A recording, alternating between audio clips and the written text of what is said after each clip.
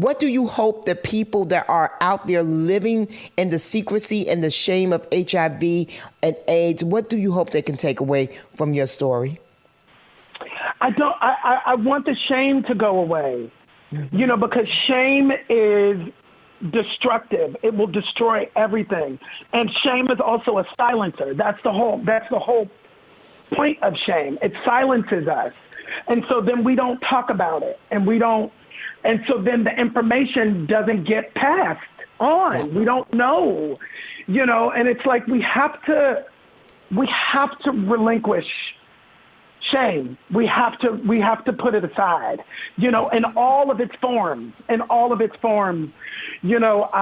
have lived with it, and I have lived under the cloud and stuck in the quagmire of shame for my entire life, and only now, like today, am I starting to begin to feel like what it feels like to live without that on my back.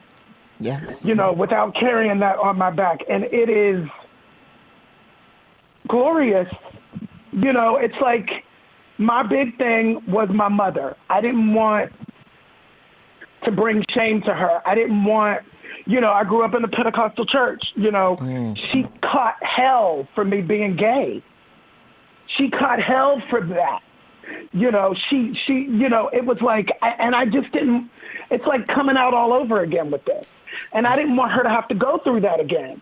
That was my thing. I didn't want her to have to go through church folks calling her and, making her feel bad because, her son is gay and I told you so because AIDS is God's punishment and I told you he'd get that disease and he should get that disease.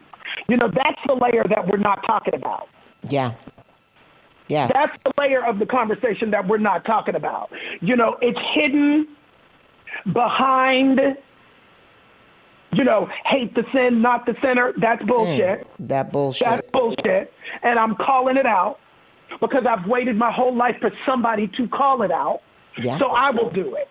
Yes. I will call it out. That is the weaponization of the Bible to justify your own fears, your own homophobia, your own hate, and your own shame. And your own shame about what's going on in your life. Yeah, and stop it. Somebody has to call it out and stop it. Yes. This world is not going to survive this.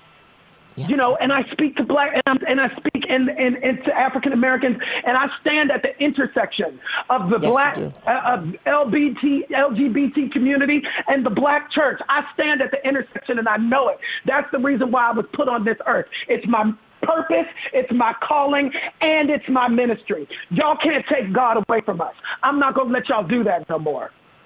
God loves us too. Yes, indeed. The end. And if you can't understand that, move out of the way. Move out of my way. There's too much work to do.